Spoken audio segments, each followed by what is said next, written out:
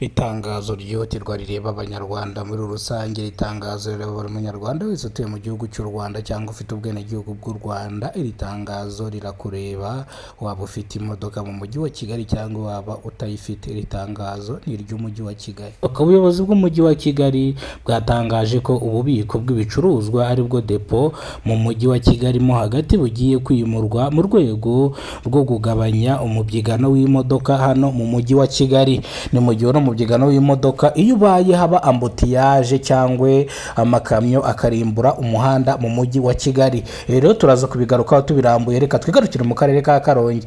Ubuyobozi bw'akarere ka Karongi bwatangaje ko mu gihe cya vuba amateka y'urutare Rwanda azatangira kubyazwa umusaruro, kuko akarere kabonye abashoramari babiri bifuza gushora imari ahitwa Nyaburanga. Cy'amakuru ngiye kubagezaho amakuru netkurinzwe n'Imana Emmanuel. Abanzi ku mazina ya Kidasamura Movi. Nyaboneka munyarwandakazi niwe bwo bwa murugeze ko n'umuyoboro wa Kidasamura TV Rwanda. Nyaboneka ndagusabye ngo ukore subscribe. Reka turambure amakuru yacu mu buryo burambuye, ariko turahera mu karere ka Karongi. Ubuyobozi bw'akarere ka Karongi bwatangaje ko mu gihe cya vuba amateka y'urutare Rwanda atangira kubyazwa umusaruro, kuko akarere kabonye abashoramari babiri bemera gushora imari aha hantu Nyaburanga. Ni ukuvuga ngo ahantu bahita Nyaburanga. Ni ukuvuga ngo ndashaka kubabwira, ese uyu mushoramari, abashoramari babonye hano ni ugushora imari muki? Ese iyi mari bagiye gushora ni ukwahinga ibirayi, ni ukwahinga ibitoki, ni ukwahinga ibitunguru? Nicyo kintu nshaka kubanza hano kubasobanura kugira ngo umenye iyo mari bayishoye he. Muri rusange ahangaha ku rutare Rwambaba, uyu ni umusozi ugizwe n'urutare, intare nyine kwa kundi amabuye aba ari menshi ahantu arundanyije, cyangwa kwa kundi bajya bashyira urutambi mu mabuye bakayaturitsa. Ni ukuvuga ngo rero akarere k'ubuyobozi bwa Karongi kabonye abashoramari babiri, kandi abo bashoramari ni Abashinwa. Ni ukuvuga ngo aya mabuye agiye kubyazwa umusaruro, bagiye kujya bashyiramo intambi bayaturitse bayajyana ahantu hatandukanye kuyubakisha ntibinarimba. Wasanga baranabonyemo korota, kubera ko korota ni iboro kujya kuyishora hanze babona akayabo k'amafaranga. Ni mu gihe rero aba bantu wasanga baranapimye bagasanga harimo imari ikomeye cyane, bakaba baregereye ubuyobozi bw'akarere bwa Karongi kugira ngo babusabe muri rusange nyine kugira ngo babashe kwikorera ibikorwa byabo bipoye. Ni mu gihe rero uru rutare Rwanda mu minsi iri imbere bazaba batangiye kurusenyagura, tukaba twumva amateka y'urutare Rwanda ko bari kururimbura. Nta kindi kintu cyatangajwe, ni ibyo ngibyo. Ni ukuvuga ngo ahantu bahita Nyaburanga, n'ubundi ni mu Buranga, ni ahantu hafite furesheri. Ndashaka kubazabatembereza nkakora urugendo, nkagenda nkabereka imisozi iturutse cyangwa imisozi ituye Nyaburanga, mukabanza mukahereba, ubundi nkabereka amateka yaho neza, nkasesengura nkajya mu mizi. Ariko ubu ngubu ibyo navugaga ni amakuru aba yatangajwe na leta ya Karongi.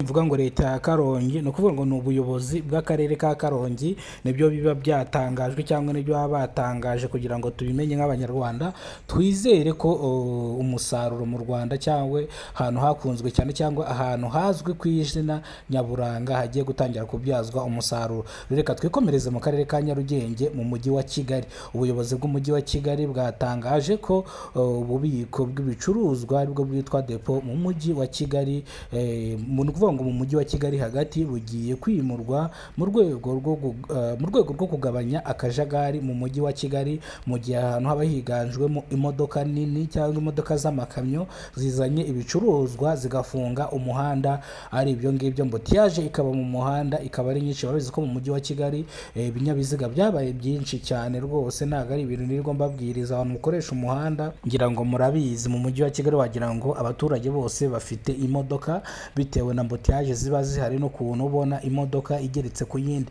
ku buryo ushobora kugenda metero 25 ukigenda ku modoka zihagaze zakoje ambutiyaje. Rero ubuyobozi bw'umujyi wa Kigali bwatekereje buravuga ngo aya madepo, amakamyo aza gupakura hano agafunga umuhanda, reka tuyimure tuyajyana ahandi kugira ngo bitazajya biteza akajagari mu muhanda, bigateza ambutiyaje, bigatuma imigendanire cyangwa imihahirane y'abaturage n'abandi bose basanzwe mu mujyi kugira ngo bitaba akajagari, byo usanga havuyemo impanuka butateguwe, ugasanga abantu bagiye mu bibazo cyangwa abantu bagiye kwasiga ubuzima ku bintu bidafututse. Niyo mpamvu rero bemeye kwimura izi depo bakazijyana ahahariwe inganda cyangwa ahandi hantu bazashaka, ariko ubuyobozi bw'umujyi wa Kigali burimo burabipanga muri iki cyumweru ntabwo kirangira ibyo bintu bidashyizwe mu bikorwa. Murakoze cyane, Imana ibaho umugisha. Ariko ikintu cya mbere ngiye kubasaba mukore subscribe kuri Kidasamura TV Rwanda kugira ngo tujye tubana umunsi ku munsi. Kidasamura ni ihuriro ry'ibiganiro bitandukanye, njye mwari muri kumwe nitwa Kidasamura, urw'inkorogoto bakora rugakonkoma.